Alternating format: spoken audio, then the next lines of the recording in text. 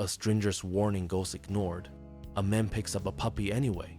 3 days later, his door is kicked down by armed men in the middle of the night. Because that puppy isn't lost, it's bait. And the people who left it there are about to collect what they're owed, no matter who gets hurt in the process.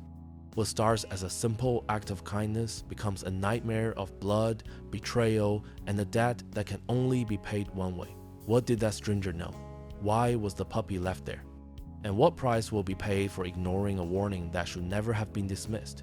If you love stories where the loyalty of dogs reveals hidden truths and mysteries, subscribe to Echoes the Dog. Every day we share tales where dogs become echoes of love, protection, and courage. Like the video if you've ever trusted dog's instinct, and comment below the time and place you're watching. Let me tell you how Daniel Rourke's life ended the moment he chose kindness over caution. The gas station sat at the edge of nowhere, one of those places that exists only because highways need rest stops.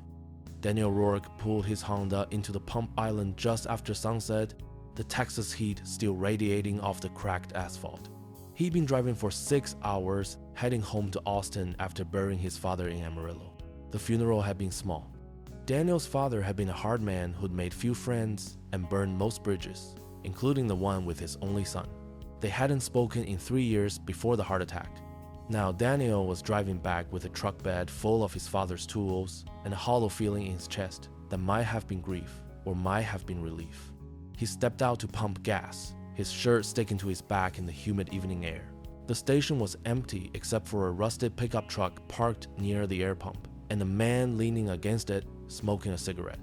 The man was in his 50s, weather face, tattoos crawling up both arms, watching Daniel with an intensity that made his skin prickle. Daniel ignored him and swiped his credit card. The pump clicked to life. That's when he heard it. A soft whimpering coming from behind the dumpster at the edge of the lot. Daniel walked over, curious. Behind the dumpster, shivering despite the heat, was a puppy. German Shepherd, maybe 3 months old, with a red collar but no tags. The pup looked up at him with dark, intelligent eyes and whimpered again. "Hey there, buddy," Daniel said, kneeling down. "What are you doing out here?" The puppy crawled toward him, tail wagging uncertainly. Daniel reached out to pet him, and the pup pressed against his hand, desperate for contact. "Don't touch that dog." Daniel looked up. The man from the pickup was standing 10 feet away, cigarette dangling from his lips. His voice was flat, empty of emotion. "What?" Daniel asked. "Don't touch that dog." The man took a drag, exhaled slowly, walk away, get in your car, drive. Daniel stood up, feeling defensive. Someone abandoned him here. He needs help. That dog don't need help. That dog is exactly where he's supposed to be. What's that supposed to mean? The man flicked his cigarette onto the asphalt. Means you should listen when someone gives you good advice. Means some things look like blessings but they're curses. Means that puppy's gonna cost you more than you can afford to pay. Daniel looked down at the puppy, who was now sitting at his feet, looking up with those trusting eyes. "You're not making any sense." "I'm making perfect sense. You're just not listening." The man walked back to his truck. "Your funeral, friend. But don't say you weren't warned." He climbed into the pickup and drove off, leaving Daniel standing there with the puppy at his feet and a knot of unease in his stomach. Daniel looked around the gas station. No one else, no other cars, just him and this abandoned puppy in the dying light. He thought about the man's warning, thought about driving away, thought about how his father had always said Daniel was too soft, too willing to help strays and lost causes. The puppy whimpered again. "Screw it," Daniel muttered. He scooped up the puppy and carried him to the truck. The pup settled into the passenger seat like he belonged there, tail wagging now, fear replaced by cautious hope. Daniel finished pumping gas, got back in the truck, and pulled onto the highway. In his rearview mirror, he saw the sun setting over the flat Texas landscape. He didn't see the black sedan that had been parked in the shadows behind the station. Didn't see it pull out and follow him, keeping 3 car lengths back. The puppy curled up on the seat, already falling asleep. Daniel reached over and scratched behind his ears. "Need a name for you," he said. The puppy's ears perked up. "How about radar? You showed up on my radar when I needed something to think about besides my old man." The puppy yawned and went back to sleep. Daniel drove on into the night, completely unaware that he just made the worst decision of his life, that the stranger's warning had been his only chance, that in exactly 72 hours, everything he knew would be destroyed. Because radar wasn't abandoned, radar was planted, and the people who planted him were very, very good at collecting what they were owed. Daniel's apartment in Austin was small but comfortable, a second-floor walk-up in a complex that had seen better days. He carried radar inside just after midnight, the puppy still groggy with sleep. His neighbor, Mrs. Chen, was coming up the stairs with her groceries. "New dog?" she asked, smiling. "Found him abandoned at a gas station," Daniel replied. "Couldn't just leave him there, Mrs." Chen's smile faded slightly as she looked at radar. "Be careful with strays. You don't know where they've been. He's just a puppy. Puppies grow up, Mrs." Chen said, her voice strange. She unlocked her door and disappeared inside without another word. Daniel shook off the odd interaction and let himself into his apartment. He set up a makeshift bed for radar using old towels, filled a bowl with water, and gave him some leftover chicken from the fridge. The puppy ate like he'd been starving, which he probably had been. "We'll get you to a vet tomorrow," Daniel promised. "Get you checked out, see if you're microchipped." Radar finished eating and immediately went to the front door, sitting down facing it, not scratching to go out, just sitting, watching, like he was waiting for something. "What is it, boy?" Daniel asked. The puppy didn't move, didn't look at Daniel, just kept watching the door with an intensity that seemed wrong for such a young dog. Daniel checked the peephole. The hallway was empty. He opened the door and looked out. Nothing, just the usual sounds of the apartment complex settling for the night. He closed the door and locked it, suddenly remembering the stranger's warning. That dog is exactly where he's supposed to be. What had he meant by that? Daniel went to bed but couldn't sleep.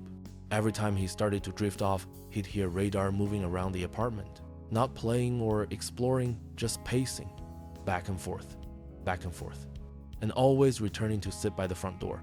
Around 3 in the morning, Daniel got up and found radar in his usual spot, staring at the door. The puppy's ears were up, his body tense. "What do you hear?" Daniel whispered. Radar's tail thumped once against the floor, but he didn't take his eyes off the door. Daniel pressed his ear against it, listening. Somewhere down the hall, he heard footsteps. Slow, deliberate, they stopped outside his door for a long moment. Daniel held his breath. Then the footsteps continued, fading away. Probably just a neighbor coming home late, he told himself. But he didn't believe it. He spent the rest of the night on the couch, dozing fitfully, with Radar maintaining his vigil at the door. The next morning, Daniel took Radar to the East Austin Veterinary Clinic. Doctor Sarah Chen, no relation to his neighbor despite sharing a name, was a no-nonsense woman in her 40s who ran the small practice with quiet efficiency. Found him at a gas station, Daniel explained as Dr. Chen examined Radar. Wanted to make sure he's healthy and check for a microchip. Dr. Chen ran her scanner over Radar's neck and shoulders. No chip, she confirmed. She continued her examination, checking his teeth, his ears, his paws. Her expression grew more serious with each discovery. "What is it?" Daniel asked. "This dog is in excellent health," Dr. Chen said slowly. "Too excellent. His teeth are clean. His coat is well maintained. His nails have been recently trimmed. His weight is perfect for his age." "So, someone was taking care of him?" "Someone was taking very good care of him." Dr. Chen sat Radar down on the exam table. "This isn't a stray, Mr. Rourke. This is a dog that was deliberately placed where you would find him." The stranger's warning echoed in Daniel's mind. That dog is exactly where he's supposed to be. Why would someone do that? He asked. Though part of him already knew he didn't want the answer. "I don't know, but I've worked with law enforcement on animal cruelty cases. Sometimes dogs are used as bait for fighting rings, or as insurance scams, or..." She trailed off, studying Radar carefully. "Has anything unusual happened since you found him?" Daniel thought about the footsteps in the hallway. The stranger's warning, Mrs. Chen's odd reaction, Radar's constant vigil at the door. "No," he lied. "Nothing unusual." Dr. Chen didn't look convinced. "Mr. Rourke, I'm going to be direct with you. If I were you, I'd take this dog to the shelter. Let them handle it. Whatever situation this animal is involved in, you don't want to be part of it. He's just a puppy. He's evidence, Dr. Chen corrected. Or collateral. Or bait. But he's not just a puppy. Daniel picked up Radar, who licked his face. Thanks for the checkup, Dr. Chen. Be careful, she said as he left. Please. That afternoon, Daniel went to work at the construction site where he'd been employed for the past 2 years. He was a foreman now, managing a crew of 8 on a commercial building downtown. It was good work, honest work, and it paid enough to cover his modest lifestyle. His boss, Tommy Vega, found him during lunch break. Tommy was a big man, ex-military, with a scar running down his left cheek from a deployment he never talked about. Heard you got a dog, Tommy said, sitting down on the steel beam next to Daniel. Word travels fast. Small crew, everyone talks. Tommy pulled out a sandwich. German Shepherd, right? How'd you know that? Because a guy came by the site this morning asking if anyone here had recently acquired a German Shepherd puppy. Said it was his nephew's dog, got loose, family's heartbroken. Daniel's stomach tightened. What'd you tell him? Told him I'd ask around. Tommy took a bite, chewed thoughtfully. Thing is, Daniel, this guy didn't look like someone missing a family pet. He looked like someone looking for something valuable, and he had friends in a black sedan parked across the street. What are you saying? I'm saying you should probably lose that dog. Today, before whatever this is gets worse. Daniel set down his own sandwich, appetite gone. Did you tell him about me? Tommy met his eyes. Not yet. But if he comes back, I'm not lying for you. I got a family. Daniel. Kids. I'm not getting involved in whatever this is. I don't even know what this is. Then, find out. Fast. Before it finds you. The rest of the workday dragged. Daniel kept checking his phone, half expecting a call or text from someone, but there was nothing. Just the usual sounds of construction, the heat, the mundane routine of building something solid and real. When his shift ended, Daniel drove home with his windows up and doors locked, checking his mirrors every few seconds. The black sedan Tommy mentioned never appeared, but that didn't make him feel any better. Radar was waiting at the door when Daniel got home, tail wagging. For a moment, Daniel could almost pretend this was normal. Just a man and his dog, nothing sinister, nothing lurking. Then Radar went back to his post by the door, and the illusion shattered. Daniel ordered takeout and spent the evening researching online. German Shepherd puppies stolen and used as bait. Drug dealers using animals as collateral. Insurance fraud involving purebred dogs. The deeper he dug, the worse the scenarios became. His phone buzzed. Unknown number.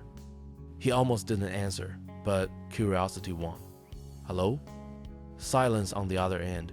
Not empty silence, occupied silence. Someone was there, listening. Who is this? Daniel demanded. The line went dead. Radar's ears went flat against his head, and a low growl rumbled in his chest. He was staring at the door again. Daniel grabbed the kitchen knife and moved to the peephole. The hallway was empty, but he could hear footsteps on the stairs. Multiple sets coming up. They stopped one floor below. Daniel's heart hammered in his chest. He backed away from the door, Radar pressing against his leg. The puppy wasn't scared. He was ready. Tense like a loaded spring. Minutes passed. The footsteps descended. Silence returned. Daniel didn't sleep that night. He sat on the couch with a knife in his lap and Radar at his feet, waiting for something to happen. But nothing did. Morning came, gray and tired. Daniel called in sick to work, the first time he'd done so in over a year. He couldn't leave the apartment, couldn't leave Radar alone. Whatever was coming, he needed to be here when it arrived. Around noon, his phone rang again. This time, a local number. Mr. Rourke? A woman's voice, professional and cold. Who is this? My name is Elizabeth Harding. I represent a client who's very interested in recovering a piece of property that may have come into your possession. A German Shepherd puppy, approximately 3 months old. Daniel's mouth went dry. I don't know what you're talking about. Mr. Rourke, let's not waste time. You were seen picking up the animal at a gas station off Highway 83 3 days ago. You took him to a veterinarian yesterday. You brought him to your apartment at 2847 Redwood Avenue, Unit 204. They've been watching him, following him, documenting everything. What do you want? Daniel asked. Simply to arrange a time for the property to be returned. My client is prepared to offer compensation for any inconvenience. The dog isn't property. Legally, he is. And legally, he belongs to my client. We can resolve this civilly, Mr. Rourke, or we can involve law enforcement. The choice is yours. Let me think about it. You have until midnight tonight. After that, my client will pursue other options. The line went dead. Daniel looked at Radar, who was watching him with those intelligent eyes. The puppy knew. Somehow, he knew what was happening. What are you? Daniel whispered. What's so special about you that they'd go through all this? Radar tilted his head, and for a moment Daniel saw something in the puppy's expression. Not innocence, not confusion, understanding. Like this was all going exactly as planned. The stranger's warning came back to him one more time. That dog don't need help. That dog is exactly where he's supposed to be. Daniel had 72 hours left before everything would change. But he didn't know that yet. He still thought he could fix this. Still thought there was a way out that didn't end in blood. He was wrong. At 11:45 p.m., Daniel made his decision. He wouldn't give Radar back. Whatever this was about, whoever these people were, he wouldn't just hand over a living creature like he was returning a stolen laptop. He'd go to the police in the morning, tell them everything, let them handle it. It was a good plan. Reasonable. Exactly what a normal person should do. He never got the chance. At 11:58 p.m., his front door exploded inward. The sound was apocalyptic in the small apartment. Wood splintering, metal twisting, the crash of the door hitting the wall. Daniel jumped up from the couch where he'd been dozing, disoriented and terrified. 3 men poured through the opening, all dressed in black, all wearing tactical gear. One had a shotgun, the others had pistols. They moved with military precision, spreading out to cover the room. "Don't move!" the one with the shotgun shouted. "Hands where we can see them!" Daniel raised his hands, his mind blank with shock. This couldn't be happening. This was his apartment, his life. This was real. Radar was barking now, high-pitched puppy barks that would have been adorable in any other context. He was standing between Daniel and the intruders, trying to be protective despite being 3 months old and 15 pounds. One of the men with a pistol moved toward Radar. "Shut that dog up. Don't touch him," Daniel shouted. The man backhanded Daniel across the face. Pain exploded in his jaw, and he tasted blood. He fell to his knees, ears ringing. "Where's the package?" Shotgun demanded. "What package? There's no package." Another hit, this time to his ribs. Daniel doubled over, gasping. The drugs, asshole, the heroin, 5 kilos. The dog was the delivery method. Where is it? Daniel's mind reeled. Drugs? They thought Radar was carrying drugs? "There's nothing, he's just a dog. I found him at a gas station." The men exchanged glances. Then Shotgun grabbed Radar by the scruff, ignoring the puppy's yelps. He felt along Radar's body, checking for hidden compartments or surgical implants. "He's clean," Shotgun said after a minute. "No cuts, no recent surgery. If he was carrying, they removed it before the pickup." "Then it's here somewhere," one of the others said. He started tearing the apartment apart. Couch cushions flying, kitchen cabinets emptied, clothes dumped from drawers. Daniel watched from the floor, blood running down his chin, ribs screaming, "I don't have any drugs." "I don't know what you're talking about." Shotgun crouched in front of him. "You picked up a courier animal. That makes you part of the supply chain. Either you're stupid enough to think you found a stray, or you're lying and you already moved the product. Which is it?" "I'm telling you the truth." The man studied him for a long moment. Then he stood. "Tear this place apart. If the heroin's here, find it. If it's not." He looked at Daniel. "Then we've got a bigger problem." They destroyed his apartment, systematically, methodically, professionally. They cut open his mattress, smashed his TV looking for hidden compartments, pried up floorboards. An hour later, they had found nothing, because there was nothing to find. Shotgun made a phone call, speaking in low tones.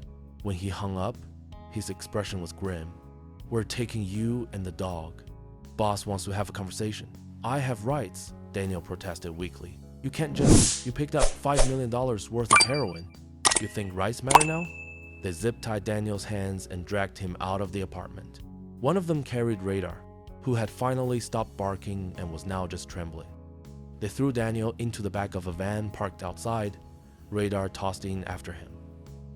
As the van pulled away, Daniel saw Mrs. Chen watching from her window. She met his eyes for just a moment, then closed her curtains. No one was going to help him. No one was going to call the police. In this neighborhood, you didn't see anything. You didn't hear anything. You survived. The van drove for what felt like hours, but was probably only 30 minutes. When they finally stopped, Daniel was hauled out into what looked like an abandoned warehouse, the kind of place where people disappeared. They tied him to a chair in the center of a large empty room. Radar was put in a cage nearby, the puppy whimpering but otherwise quiet. Spotlights were set up, pointed at Daniel's face, blinding him. Footsteps echoed in the darkness beyond the lights. Then a man stepped forward. He was in his 60s, well-dressed in a suit that probably cost more than Daniel's truck. Silver hair, cold eyes, the bearing of someone who spent a lifetime giving orders and watching them be obeyed. Mr. Rourke, the man said, his voice cultured and completely terrifying in its calm. My name is Victor Castellano, and we have a problem.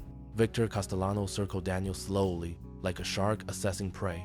Daniel's ribs throbbed where he'd been hit, and his wrists were raw from the zip ties, but he forced himself to focus, to think, to survive.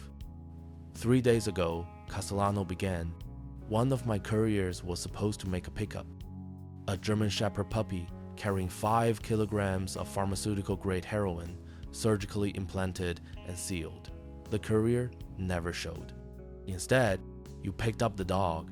I didn't know, Daniel said, his voice hoarse. I swear to God I had no idea. Of course you didn't, Castellano smiled, but it didn't reach his eyes. If you had, you'd have extracted the product immediately. You'd have sold it, or used it, or disposed of it. But you did none of those things. You took the dog to a veterinarian. You brought him home. You cared for him. He stopped in front of Daniel, studying his face. Which means one of two things. Either you're genuinely innocent, which makes you unlucky, or you're part of a rival organization's attempt to intercept my shipment, which makes you stupid.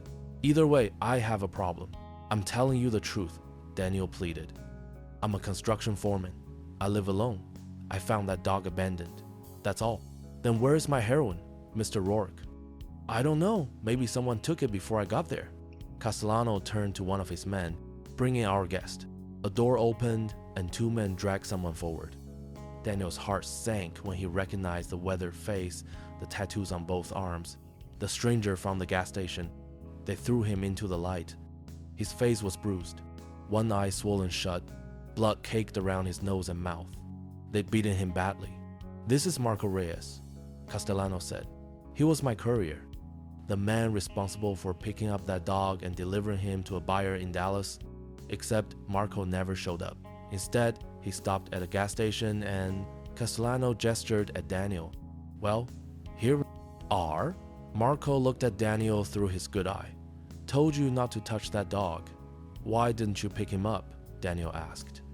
Because I was done, Marco said, his voice thick from his injuries. 20 years working for this man, moving his poison, watching people die. I couldn't do it anymore. So I left the dog there.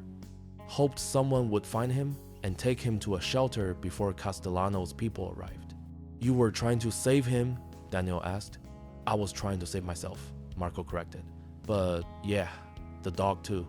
Castellano shook his head. Conscience. It's a weakness in this business, Marco. You know that.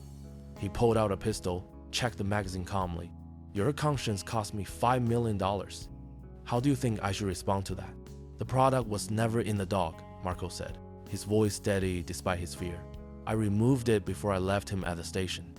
Buried it in the desert. You'll never find it. The words hung in the air like a bomb. Castellano turned to Daniel.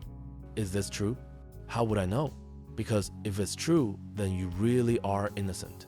You really did just pick up a dog. He smiled that cold smile again. which means you have no value to me, which means you're a loose end. He raised the pistol and pointed it at Daniel's head. Wait, Daniel shouted. If you kill me, you'll never know for sure. Maybe Marco's lying.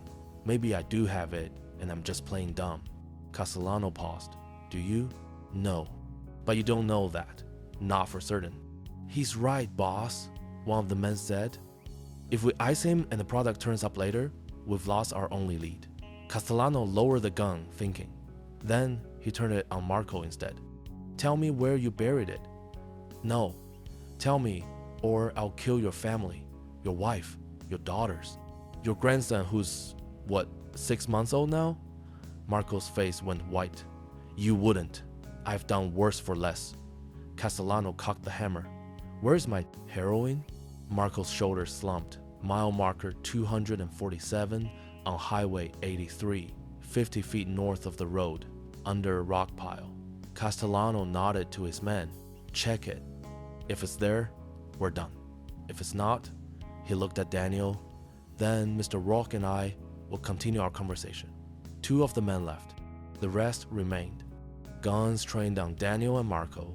Radar whimpered from his cage, and Daniel wanted nothing more than to comfort the puppy. But his hands were still tied and he couldn't move. Why did you warn me? Daniel asked Marco. At the gas station.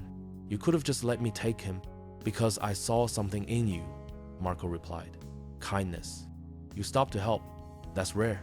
I didn't want you to pay for my mistakes. Touching, Castellano said dryly.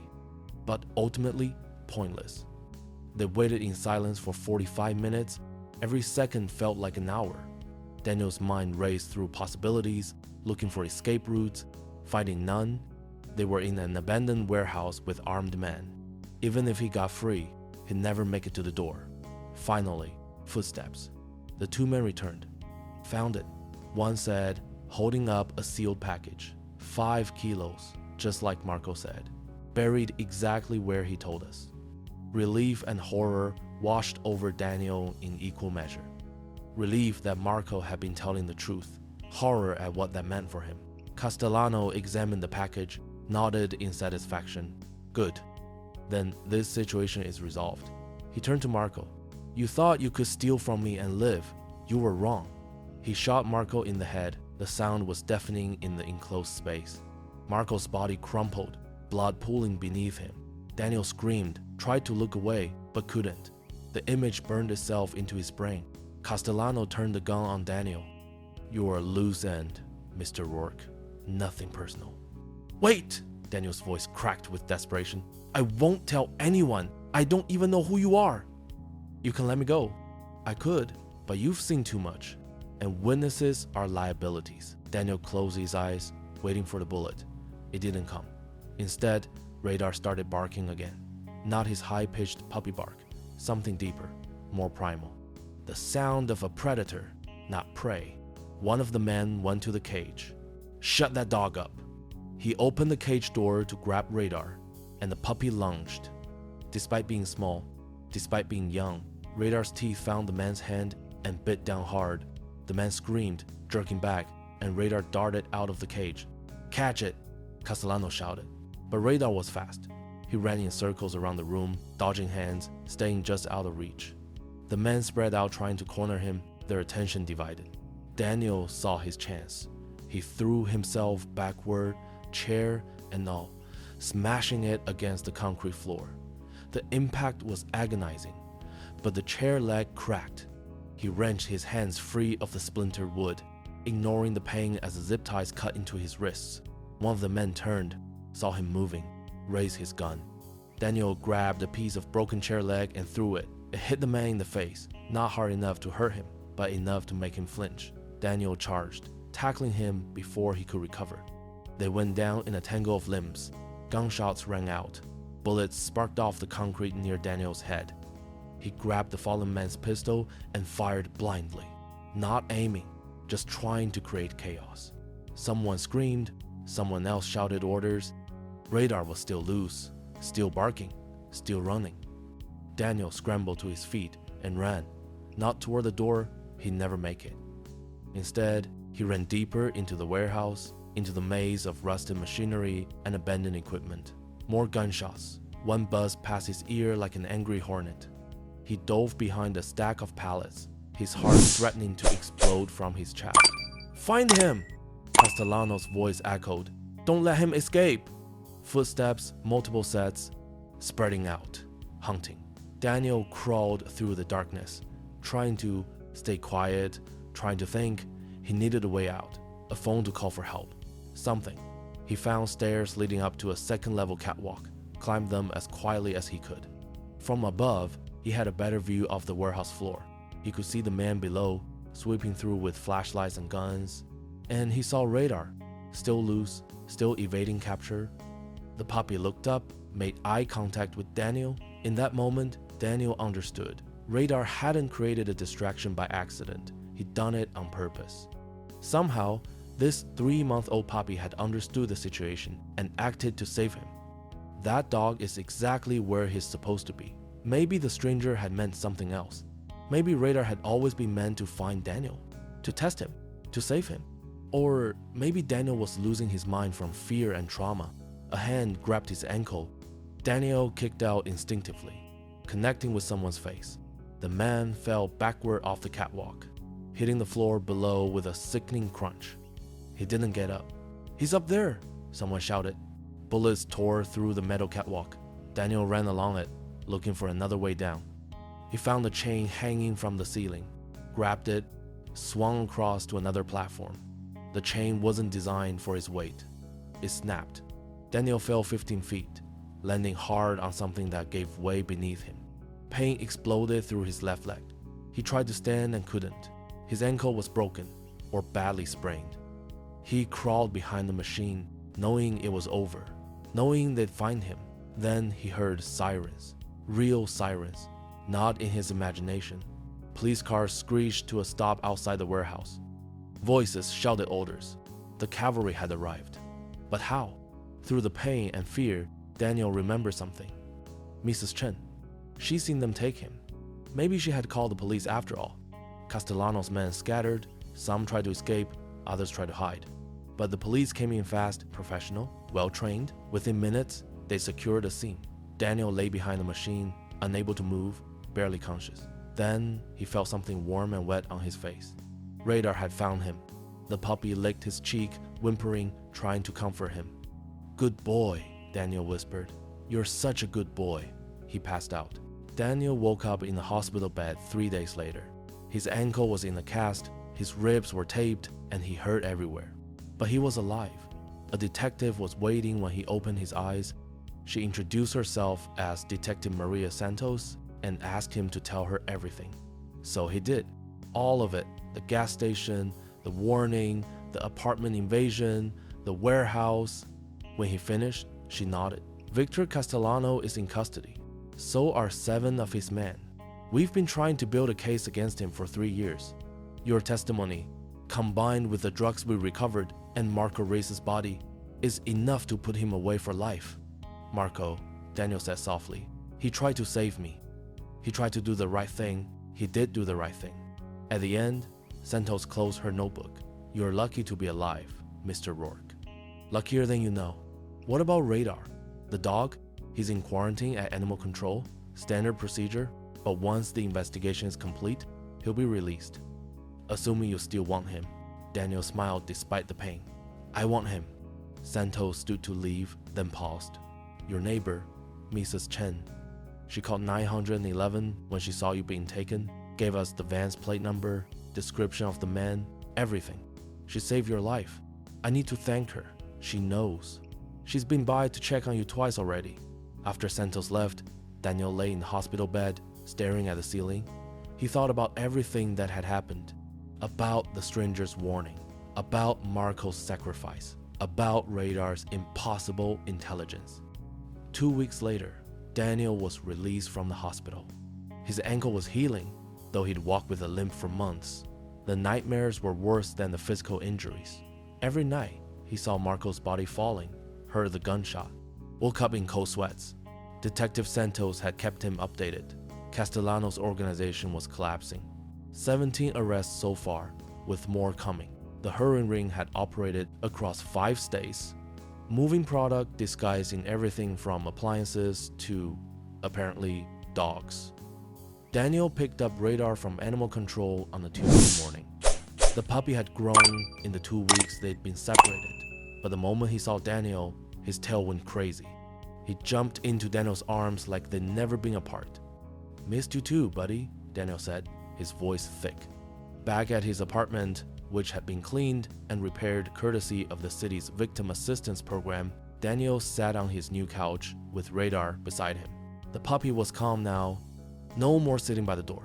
No more vigilant watching. Whatever he'd been waiting for had come and gone. "Mrs. Chen came by that evening with homemade soup.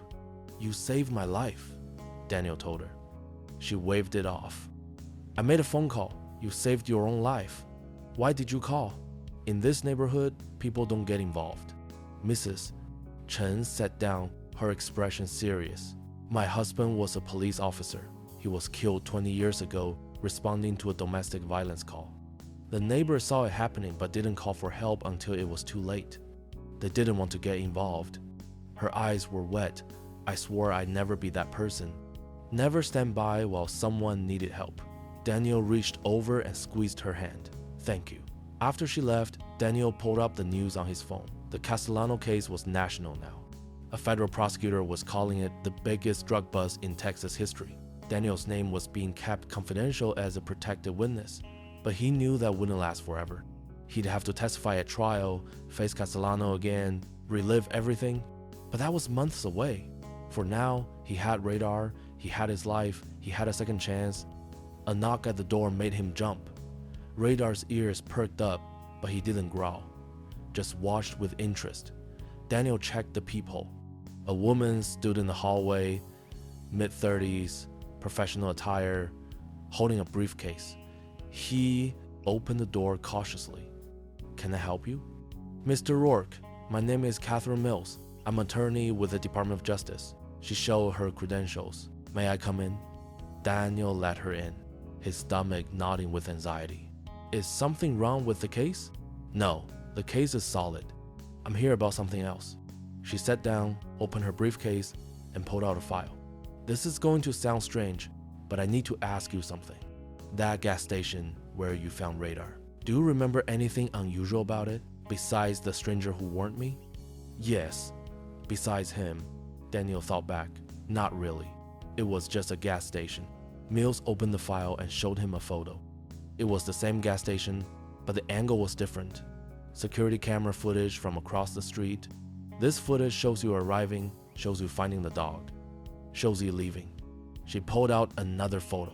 This is from 30 minutes before you arrived. The image showed a different vehicle parked at the station, a white van. 2 men were visible near the dumpster where Radar had been left. We believe those men work for a rival organization, not Castellano's people, someone else. Mills looked at Daniel carefully. "We think the dog was meant to be intercepted by them, that Marco Reyes knew about the rival organization's plan and deliberately sabotaged it by leaving the dog where civilians would find it first." "I don't understand. What are you saying?" "I'm saying Marco didn't just quit on Castellano. He actively betrayed him. He fed information to a task force we've been running. He was an informant, Mr. Rourke. And his final act was making sure that heroin never reached either organization." Daniel stared at her. "So he was a hero. He was trying to be. Unfortunately, he couldn't get himself out, couldn't protect his family from retaliation. But he could make sure his last job didn't succeed." Mills closed the file. "There's something else. The stranger who warned you, Marco Reyes. We found body camera footage from a traffic stop 3 months ago. The officer pulled over a pickup truck for a broken taillight. She showed him a still image from the footage. The driver's license photo, it was Marco. He set the whole thing up," Daniel breathed. "He knew what would happen. He planned it. We think so. He couldn't approach you directly. Couldn't explain without putting you in danger. So he warned you in the only way he could, tried to make you walk away when you didn't." Mills gestured at Radar. He let fate decide. Daniel looked at the puppy who was chewing on a toy, completely oblivious to the conversation. "Why are you telling me this?" Daniel asked. "Because you're going to testify. and Castellano's lawyers are going to try to paint Marco as the villain, as the one who started all of this. I want you to know the truth, that Marco was trying to do the right thing even if his methods were flawed. After Mills left, Daniel sat in silence for a long time. He thought about Marco's warning, about his sacrifice, about the choice Daniel had made to ignore that warning and pick up a puppy. Radar climbed into his lap, curled up, and went to sleep. "You were worth it," Daniel whispered. "All of it. You were worth it." 6 months later, Daniel stood in a federal courtroom and testified against Victor Castellano. The trial lasted 3 weeks. The evidence was overwhelming. Castellano got life without parole. Daniel watched him being led away in chains and felt nothing. No satisfaction, no anger, just emptiness. Afterward, Detective Santos found him in the hallway. "How are you holding up?" she asked. "I don't know. I thought I'd feel better once it was over. Justice doesn't heal trauma. It just closes a chapter." She handed him a card. "This is a good therapist. Specializes in PTSD from violent crimes. You should call her." Daniel took the card. "Thank you. One more thing." Santos smiled. "Marco's daughter reached out. She wanted me to give you this." It was an envelope. Inside was a handwritten letter. "Mr. Rourke, my father made many mistakes in his life. He knew that. The last few months before he died, he was trying to find a way out, trying to make things right. When he told me about you, about the man who stopped to help a lost dog, he said you reminded him of who he used to be before the drugs and the violence. He knew he couldn't save himself, but he could save you. And that puppy, he died protecting both of you. That's how I want to remember him, not as a criminal, but as a man who chose kindness in the end. Thank you for being the person my father believed you were." Maria Reyes Daniel folded the letter carefully and put it back in the envelope. His hands were shaking. A year after the trial, Daniel moved to Colorado. He needed distance from Texas, from the memories, from the nightmares that still woke him up at 3 a.m. He found work with a small construction company in Boulder. The pay wasn't as good, but the mountains were beautiful and the air was clean. He rented a small house with a fenced yard where Radar, now full-grown and magnificent, could run. The dog had saved him in more ways than one.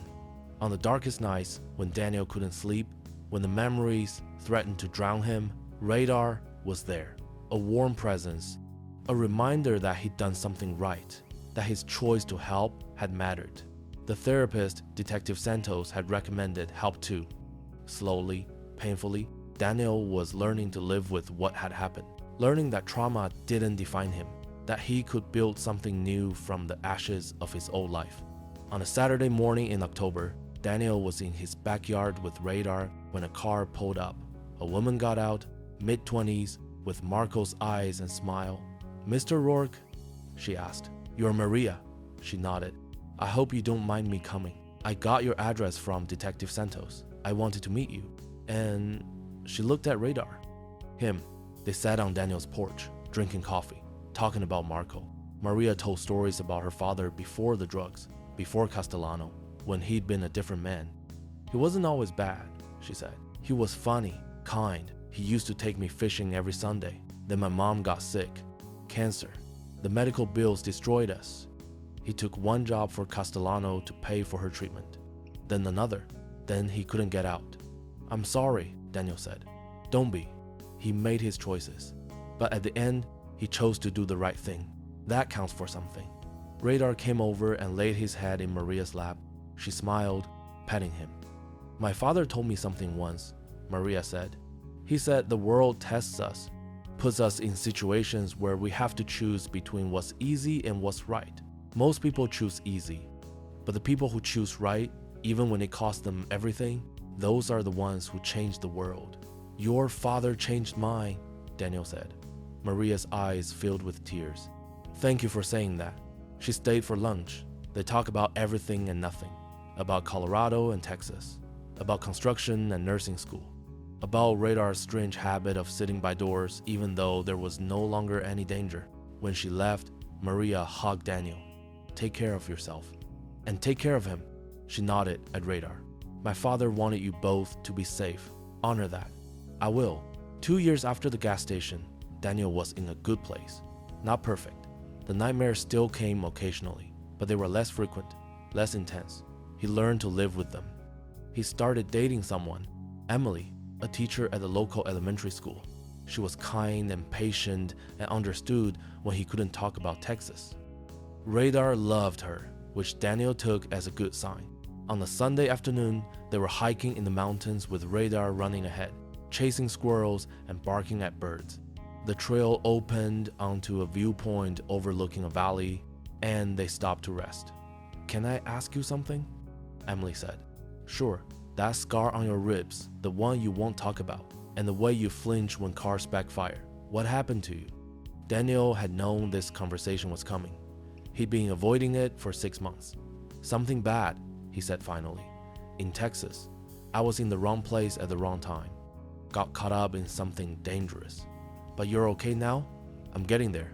Emily took his hand. "When you're ready to tell me the whole story, I'll listen, but I won't push. Just know that whatever happened, it doesn't change how I feel about you." Daniel kissed her. "Thank you," Radar returned, tongue lolling, tail wagging. He pushed between them, demanding attention. They laughed and gave it to him. As they headed back down the trail, Daniel thought about the stranger's warning one last time. That dog is exactly where he's supposed to be. Maybe Marco had been right. Maybe Radar had been meant to find Daniel, to test him, to save him, to give him a reason to survive when survival had seemed impossible. Or maybe it had all been random chance. A series of terrible coincidences that Daniel had somehow survived. Either way, it didn't matter. He'd made his choice. Ignored the warning, picked up the puppy, and everything that followed, the horror and the pain and the trauma, had led him here, to Colorado, to Emily, to a life worth living. Radar bounded ahead on the trail, and Daniel followed, leaving the past behind with each step. Thanks for watching. If any part of this story lingered with you, consider subscribing. I'll be here again tomorrow, sharing another tale that speaks to the soul.